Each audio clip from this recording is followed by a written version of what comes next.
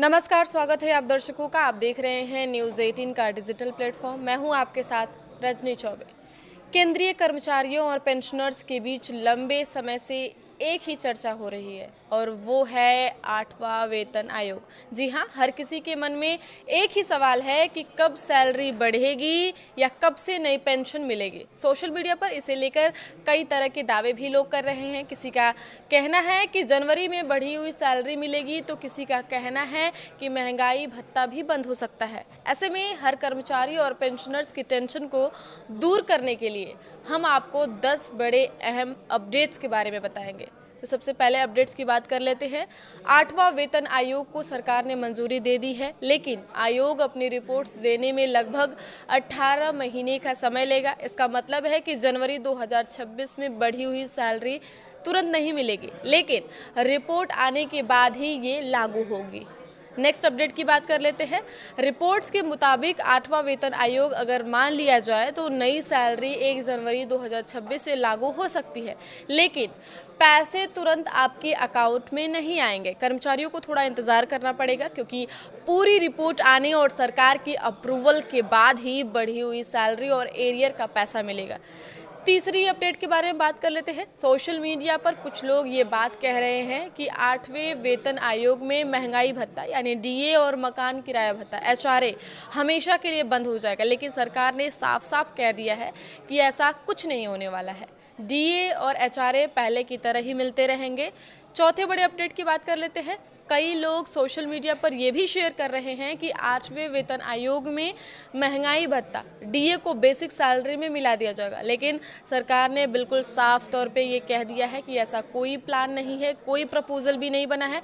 महंगाई भत्ता डीए और पेंशनरों का महंगाई राहत डीआर पहले की तरह ही हर 6 महीने में बढ़ता रहेगा। इसमें कोई कटौती या बदलाव नहीं होगा। ये हर 6 महीने में रिवाइज होंगे। नेक्स्ट अपडेट की बात कर लेते हैं। अगर 8वां वेतन आयोग लागू होता है तो पूरे देश के लगभग 50 लाख केंद्रीय कर्मचारियों और 65 लाख पेंशनरों की सैलरी पेंशन दोनों में अच्छी बढ़ोतरी होगी।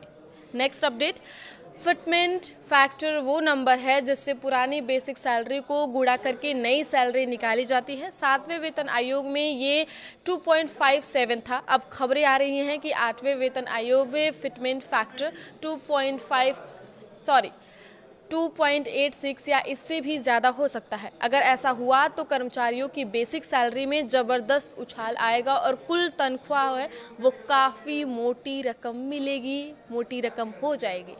नेक्स्ट अपडेट, 8वें वेतन आयोग से सैलरी पेंशन कितनी बढ़ेगी, इस पर सरकार ने अभी कोई ऑफिशियल नंबर नहीं बताया है, लेकिन पुराने ट्रेंड देखें तो ज़्यादातर कर्मचारियों की तनख्वाह और पेंशन में 30% से 34% तक का इजाफा हो सकता है।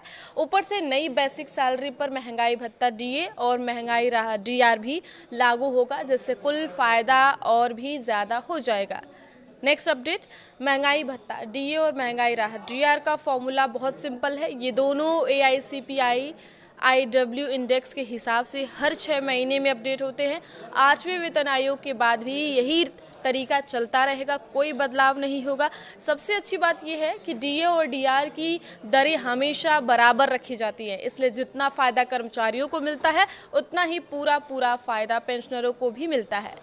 नेक्स्ट और आखिरी अपडेट की बात कर लेते हैं। जब 1 जनवरी 2026 से नई सैलरी और पेंशन लागू होगी तो उस दिन से लेकर रिपोर्ट फाइनल होने और पैसे आने तक के सारे पूरे महीनों का एरियर भी एक साथ मिलेगा। मतलब कर्मचारियों और पेंशनरों के खाते में एक बार में मोटी रकम आएगी। आगे की खबरों के लिए आप देखते रहिए न्यूज़ 18 का डिजिटल प्लेटफॉर्म। धन्यवाद।